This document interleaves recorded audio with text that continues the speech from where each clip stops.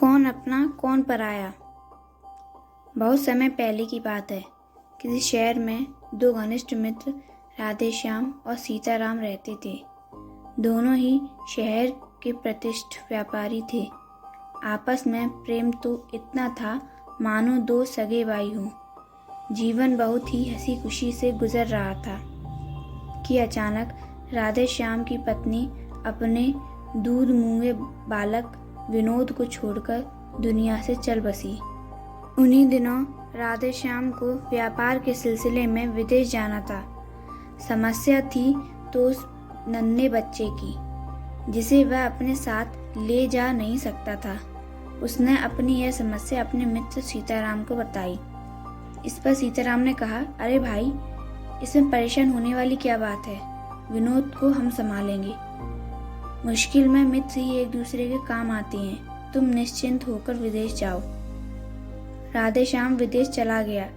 संयोग से वह जाकर ऐसे मामले में फंस गया कि अपने देश जल्दी वापस न आ सका। इधर विनोद सीताराम के घर बड़े लाड प्यार से पलने लगा। विनोद एक सुंदर, स्वस्थ एवं होनहार बालक था। सीताराम व उसकी पत्नी को ही वह अपना माता पिता समझता था। सीताराम निसंतान था। उसे भी विनोद से प्यार हो गया था। वह विनोद को अपने बेटे की तरह समझाता था। वह अक्सर सोचता, काश यह उसका अपना बेटा होता तो बुढ़ापे की लाठी बनता। समय गुजरता गया।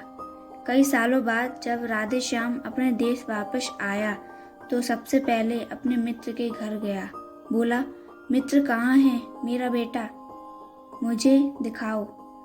अब तो वह बहुत बड़ा हो गया होगा, इतना बड़ा कि मेरे सामने आ जाए तो मैं उसे पहचान भी ना सकूं।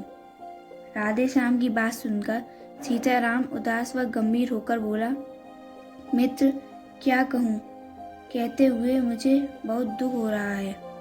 तुम्हारा बेटा तो तुम्हारे विदेश जाने के कुछ ही दिनों बाद मर गया था।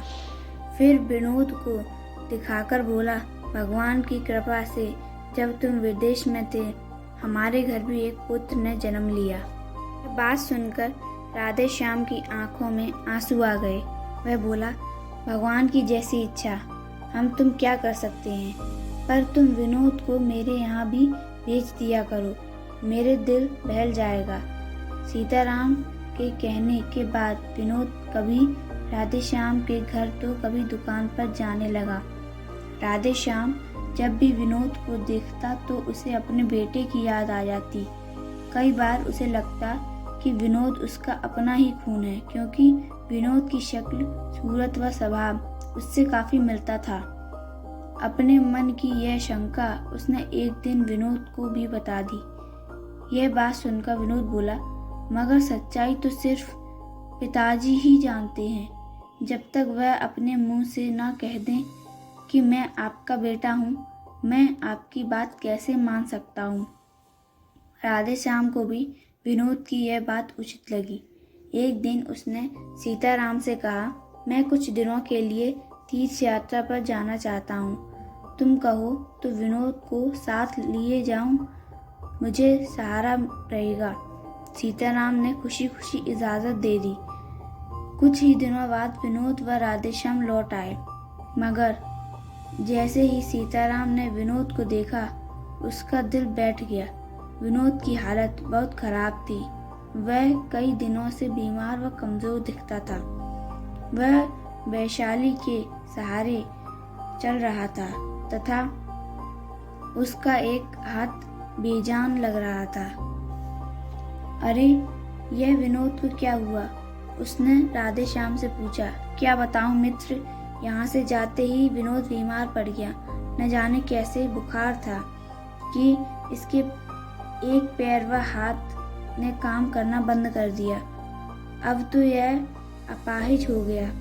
तुम्हारे बुढ़ापे का सहारा बनने के बजाय अब यह तुम पर बोझ बन गया। लो, संभालो इसे। राधेश्याम की बात सुनकर सीताराम बौखला गया तथा बोला, नहीं नहीं, ये सब मेरे बस की बात नहीं। तुम ही संभालो इस अपाहिज को, मेरा बुढ़ापा मत खराब करो। यह तुम्हारा ही बेटा है। मैंने तुमसे झूठ कहा था कि तुम्हारा बेटा मर गया। विनोद तुम्हारा ही बेटा है, मेरा नहीं। सीताराम की आवाज़ सुनकर विनोद ने वैशाली गिरा दी तथा सीधा खड़ा होकर बोला, मैं बिल्कुल ठीक हूँ। मैंने तो सिर्फ सच व झूठ का फैसला करने के लिए यह नाटक किया था। अगर आप सचमुच मेरे पिता होते तो मुझे यह हाल में अपना लेते। अब मुझे पता चल गया है कि मेरा पिता कौन है। आप तो मित्रता के नाम पर भी एक कलंक हैं। राधेश्याम विनोद को लेकर अपने घर चला गया तथा सीताराम लज्जित हो हाथ मलता रह गया।